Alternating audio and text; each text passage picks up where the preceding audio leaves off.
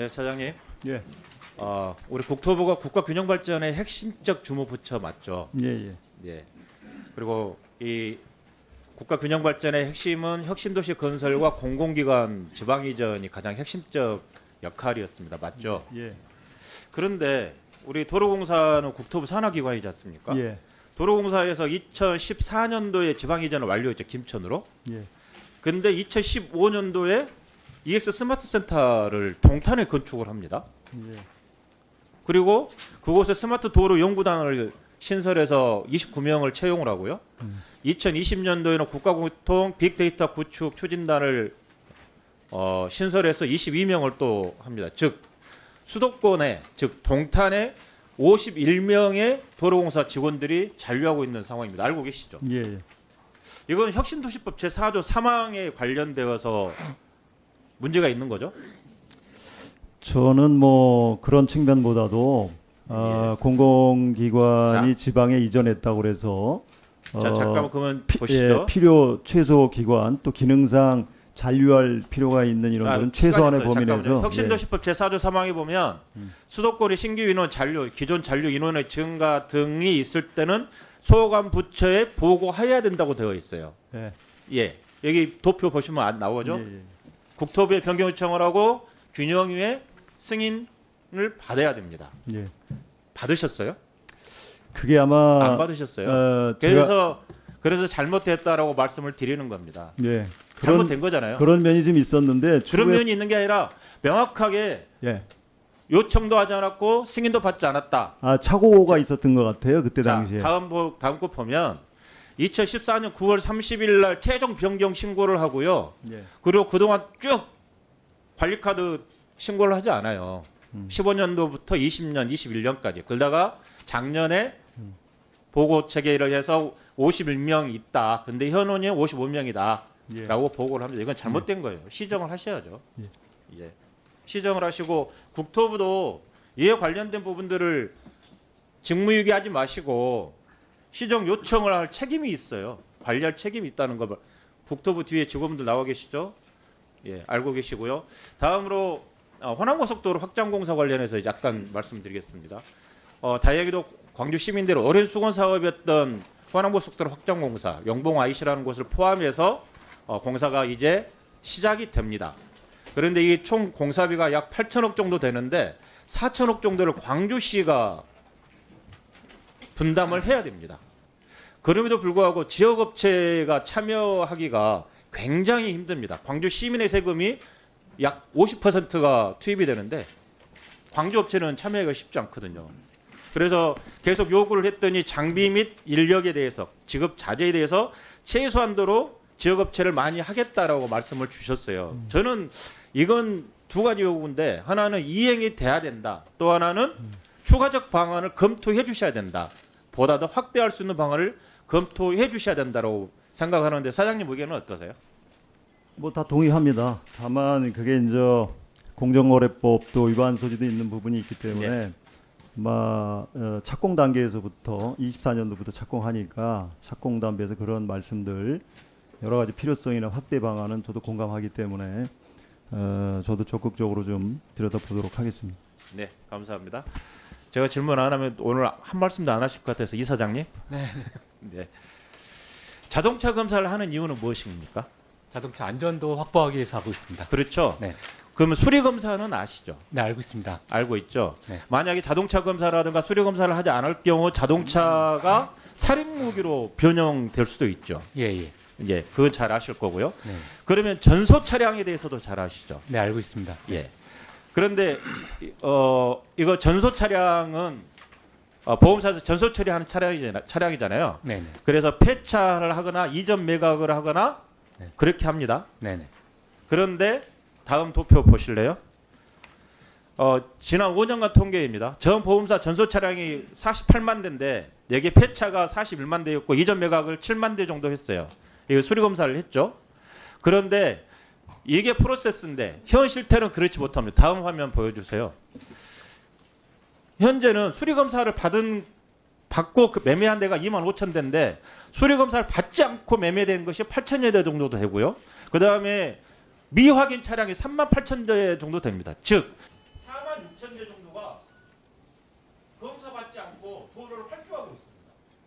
그런데 이거는 제도적으로도 그렇고 이게 보험회사 책임이냐 아니면 교통안전공사 책임이냐라고 했을 때 책임도 불분명합니다. 네.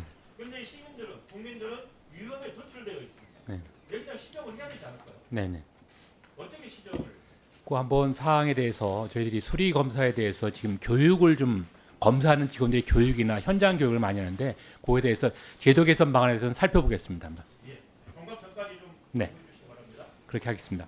네, 조섭 위원님 수고하셨습니다. 네, 김호 증인.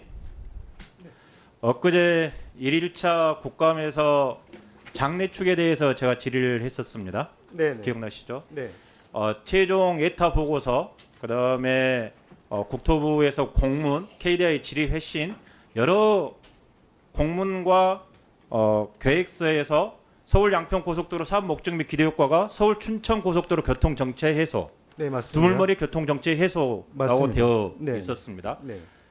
그건 다 인정하시죠? 예, 그거는 맞습니다. 예. 그리고 그런데 갑자기 예타에서는 장내 노선축 연장 계획 고려라는 부분이 있었는데 대안 1과 대안 2에서는 장내 노선축 연장 계획 미고려로 하셨고 그 지시를 증인께서 하셨다고 말씀하셨습니다. 네, 했습니다. 맞죠? 네. 예. 의원님 말씀 중에 죄송한데요. 예타 보고서상에는 장래 축에 대한 언급은 없습니다. 네. 예. 예타 AB 타당성 이 그거는 자료가 검토 있고요. 의견. 네, 예, 네, 예. 네. 자, 그런데 갑자기 예타 노선축이 사라졌습니다. 엊그제 질의 답변을 듣고 전문가들이 저한테 몇 분이 전화를 하셨어요. 답변을 듣고 너무 이상하다라는 이야기예요. 뭐냐면 모든 길은 연결돼야 된답니다. 그리고 장내축 고려 없는 고속도로 건설은 지나가는 소가 웃을 일이라는 이야기입니다. 동의하세요? 자, 과업지시서 나항에 보면 장내 교통수요 예측이라는 과업지시서가 있습니다. 지금 화면에 안 나오는데요. 있죠? 그거 기억나시죠? 네, 장래 교통량에 대한 예측은 있습니다. 과업. 예, 해야 된다고 했는데 네. 증인께서는 계획이 없는데 왜 넣느냐? 상해 고속도로 계획 등이 없기 때문에 과업 범위를 벗어난다고 말씀을 하셨어요. 이것도 인정하신 거고요. 네, 맞습니다. 예. 자, 질문 드릴게요. 장내축을 미고려한 이유는 뭡니까? 이걸 지시한 이유는 뭡니까? 상위 계획에 없기 때문입니다. 당초에 이 고속도로는 예타에서 나왔던 것처럼 서울 양평을 거쳐서 화도 분기점을 거쳐서 양양 고속도로 연결되고 그런 계획들 속에서 예타가 진행됐죠. 그건 인정이 되죠. 그것까지 부정하면 안 돼요. 왜냐하면 이 사업이 10년 넘게 추진했던 사업이고 도로공사 관계자한테 제가 들은 이야기예요. 예, 예타 노선도 실제로 중부 내륙 고속도로에 접속이 됩니다. 예, 접속이 되고 네, 네. 화도 분기점까지 접속이 되어서 그거는 뭐 지금 현재 그게 대안으로 장내축이니까. 간다서 자, 치더라도 마찬가지입니다. 예, 예. 네, 네. 그런 거고 그래서 장내축 미고려 이유가 전혀 저는 이해가 아직 안 되는 거고요. 두 번째로 단독적으로 결정하신 겁니까? 맞습니다. 이게 고속도로의 이 장내축 미고려라는 부분들을 사무관이 단독적으로 결정할 수 있습니까? 그거는 왜 그런 거 하니 설명을 드리겠습니다. 이게는 상위 계획이라고 하면 법적인 계획이 아니겠습니까? 시간이 별로 없어서요. 법적인 계획 안에서 움직이는 게 그 저희 서울 양평 고속도로의 타당성 조사의 범위입니다. 과연 사무관이 단독으로 결정했다는 것을 국민들이 누가 믿을까? 고속도로 변경을 라는 것이 있는 거고요. 자, 장내축을 미고려한 고속도로가 우리나라에 존재합니까? 존재합니다. 자료로 제출해 주세요. 그거는 네. 자료는 없지만요. 아니, 자료가 왜 없어요? 장래축을 고려한다는 것 자체는 만약에 자, 저희가 자료로- 설명을 드리겠습니다, 의원님. 아니 시간이 없어서 그래요. 네네. 다음 또 질의를 해야 네. 되는데 그걸 자료로 주세요. 아니면 따로 와서 설명을 해 예, 주시든가. 제가 한번 설명을 그리고 드리겠습니다. 이건 아까도 말씀드린 것처럼 이 일에 관여되어 있는 전문가들이 전화를 주셔서 아까 그 말씀을 하시더라고요.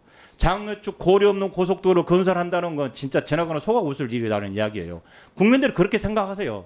길은 모든 것을 통해야 되고 그 길을 넣는 목적이 있는 거예요. 그 목적이 갑자기 변화된다? 그리고 그 목적을 변화시키는 것을 사무관 혼자 단독으로 결정한다? 이건 있을 수 없는 일이라는 이야기입니다. 들어가시고요. 다음 이상화 증인. 네. 왜 변경했는가에 대한 문제에 대해서 환경 측면 어저께 질문한 것 기억나시죠? 네. 6월 달에는 환경평가, 환경 부분을 이렇게 했는데, 네. 긍정적으로 검토했는데 9월 달에는 안 된 거잖아요. 그래서 3개월 동안 무슨 일이 있었는지에 대한 부분이잖아요. 그때 답변을 뭐라고 하셨냐면, 토목공사 구간 기간에 문제가 발생될 수 있다고 말씀하셨어요. 네, 공사 중에 오탁수에 예, 대한 오탁수에 영향. 대한 문제를 말씀하셨어요. 자, 이것도 여쭤봤어요. 다른 분한테, 전문가한테. 네. 공사 중에 오탁수 관련된 부분들을 타당성 조사할 때 계산을 하나요? 인접지에 하천들이 있었기 때문에 그 일반적으로 계산하여 안 해요? 뭐 하천이 있다고 하면 고민을 하게 될 겁니다. 다른 전문가들은 뭐라고 하냐면 이 사업 이거는 환경평가라든가 이거 측면은 그 설계할 때 반영하는 사항이라는 거예요. 타당성 조사할 때 이 사업을 이것을 한다는 것 자체가 웃기라는 거고, 다시 이야기하면 과업지시서에 그럼 있었나요 이게? 이 부분이 공사 중에 발생될 수 있는 환경 오염에 대해서 해라. 그렇지는 않았지만 기술적 자, 판단으로서 그렇게 정의. 진행을 한 겁니다. 네. 과업지시서 그것만 하기도 벅찬데 과업지시서에 있도 않는 사업을 가지고 그걸 조사를 해서 평가를 6월 달에는 좋다고 그러고 7월 9월에는 나쁘다고 하는 그게 너무 이상하지 않아요? 비상식적이지 않아요? 그리고 그 좋다 나쁘다 할 때 객관적 수치 있었어요? 수치는 조사 없었습니다. 수치 있어요? 예? 수치는 없었습니다. 수치도 없이 무슨 근거로 좋다 나쁘다 그걸 3개월 만에 바꿉니까?